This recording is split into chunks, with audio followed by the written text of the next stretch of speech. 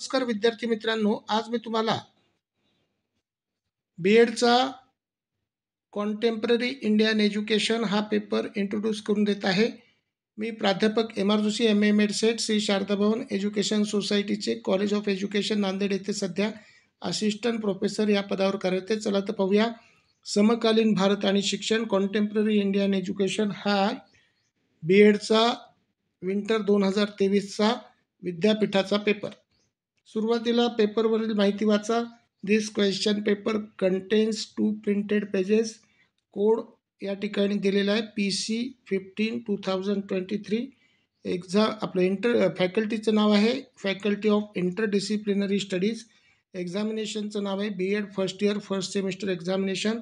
जानेवारी 2024ला हा कंडक्ट झालेला आहे. मेन सब्जेक्ट एज्युकेशन आणि उप सब्जेक्ट किंवा sub subject contemporary Indian education.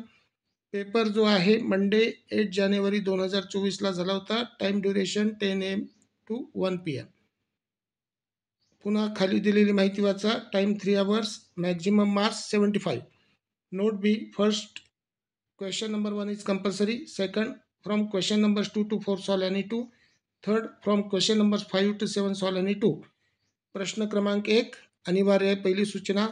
दुसरी सूचना प्रश्न क्रमांक 2 ते 4 पैकी कोणते 2 सोडवा आणि तिसरी सूचना प्रश्न क्रमांक 5 ते 7 पैकी कोणते 2 सोडवा.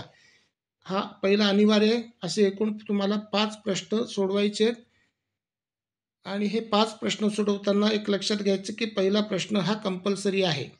पहिला प्रश्न असा आहे, write short notes on any 3. 15 मार्कासाठीचा आहे. 5 टिपा दिलेल्या असतात. 5 पैकी कोणत्याही 3 लिहायच्यात. प्रत्येक टिपेला 5 mark. A. Relation between philosophy and education. B. Educational contribution of Froebel. C. Need of RTE act. D. Liberalisation of school education. E. Sainik schools.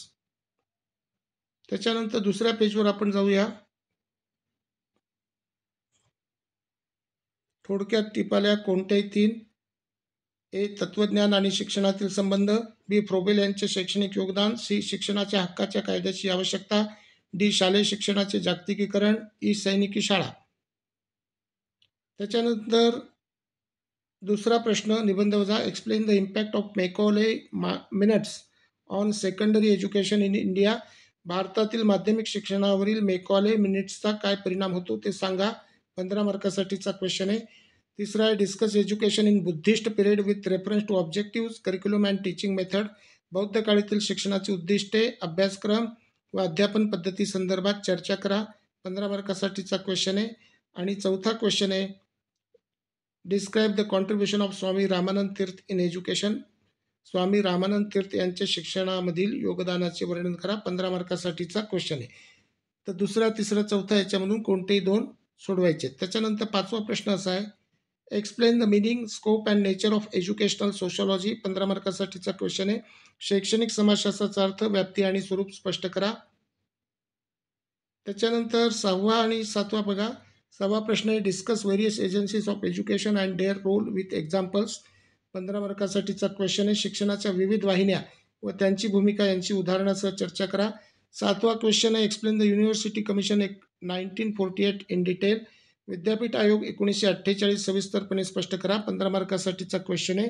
तर 5वा, 6वा, 7वा याच्यातून कोणते 2 तुम्हाला सोडवायचे. तर अशा पद्धतीची प्रश्नपत्रिका आहे.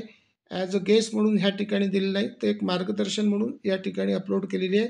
तरी ही प्रश्नपत्रिका नीट पहा, अभ्यासा आणि परीक्षा द्या.